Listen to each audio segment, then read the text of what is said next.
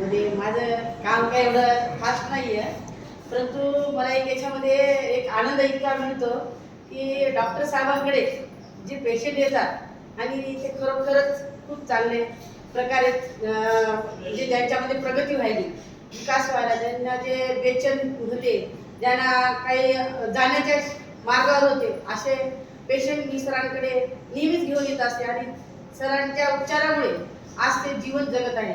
म्हणून मला खूप इतका आनंद होतो की कामापेक्षा मला जास्तीत जास्त सरांनी त्या गुणाचा खूप आणि त्यांच्या हातगुण हा इतका खरंच ईश्वरी असल्यासारखं आहे. सरांचे मनात थोडे धन्यवाद सर, तुम्ही त्यामुळे बऱ्याचशा लोकांना जीवदान भेटलेलं आहे सर. मी अनुभवतच आहे तुमच्यासोबत राहून.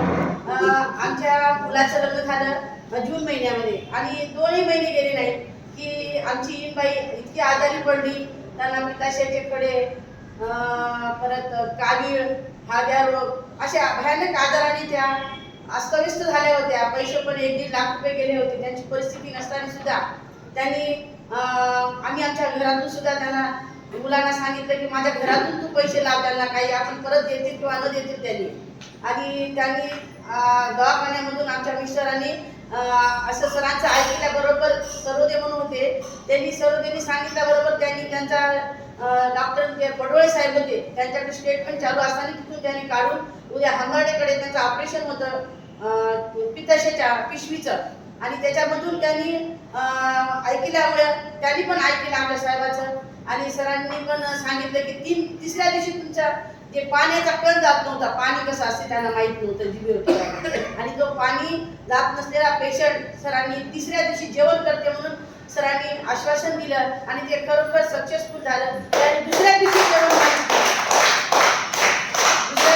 मागितलं. त्याच्यानंतर आणखीन एक माझ्या मित्राची बहीण होती, ती मी पाहिलेलं आहे तिला खूप जवळून, खूप चांगली होती ती मुलगी, शिकायला होती 11वी-12वीला.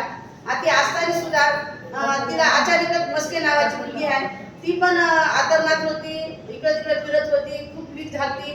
आणि माझ्या मुलानं माझं आई कशी करते म्हणून माझ्या मुलानं माझे बघून त्यांच्या मित्राला सांगितलं आणि त्याने त्या मुलीला तिथं दवाखान्यात आलं डॉक्टरांकडे, आणि तिच्यात पण बराचसा परिवर्तन झालेलं आहे त्या मुलीचा. त्याच्यानंतर मी माझे जावई आणले, त्याच्यानंतर त्यांना पण थोडासा बराचसा फरक बसलेला आहे. आणखी 15 दिवस झालं त्यांना डॉक्टर साहेबांकडे येऊन. त्याच्यानंतर माझ्या मुलीला ॲसिडिटी इतकी भयानक होती, ती ॲसिडिटीचा सुद्धा प्रभाव त्यांच्यावर खूप प्रकारे कमी झालेला आहे. आणि बऱ्याचशा वेळेस मी फक्त सरांकडून प्रोडक्ट्स तेवढे नेते, माझ्याकडे थोडा वेळ नसल्यामुळे मी काम काय वाढवलेलं नाही आहे, परंतु सर मी माझ्याकडून होईल तेवढे मी माझ्या ह्याच्यात सक्सेसफुल करेन. आणि प्रोडक्टसाठी सर मी नेहमी राहील सर तयार. आणि मला एवढा आनंद झाला सर खरोखरच की नागरे भाऊ आणि शिंदे भाऊनी मी तुमच्या प्रत्येक मीटिंग परभणीमध्ये अटेंड केल्या सर. माझं काम काही असो सर, मला कामाची काही नाही एवढं, परंतु मला आहे ना तुमच्या त्या म्हणजे डॉक्टरचे जे मेडिकल आहे त्याच्यातून जे तुमच्या जे मला असं इतकं असं आनंद माझं मन गेलं की खरंच तुम्हाला सर शब्दस्मरणाने सुद्धा मला शब्द व्यक्त करू शकत नाही सर.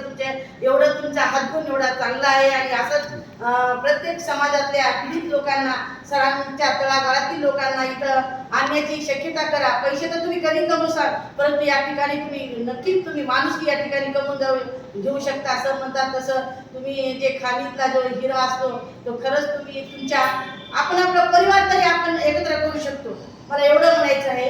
कारण सुख शांती पैशामुळे आपण खरंच सरांच्या फीसमुळे परेशान होतो, अरे बापरे एवढी फीस म्हणून. परंतु आपण जेव्हा मोठ्या मेडिकलकडे जातो तिथं 25 जातात का 50 जातात याची गॅरंटी सुद्धा नसते, परंतु इथं सरांकडे थोड्याशा पैशाला बघायला सुद्धा हायगेही करतात. आणि सर चांगल्या प्रकारे मेडिकल आहे. आणि सर्वांनी आपल्या तळागाळातील मैत्रिणींना, आपल्या शेजारी पाजाऱ्यांना, कोणी कसे पण असो, परंतु त्यांना जर त्यांच्या आधार जर वेदना होत असतील तर खरोखरच तुम्ही वेदना मुक्त करा त्यांच्या.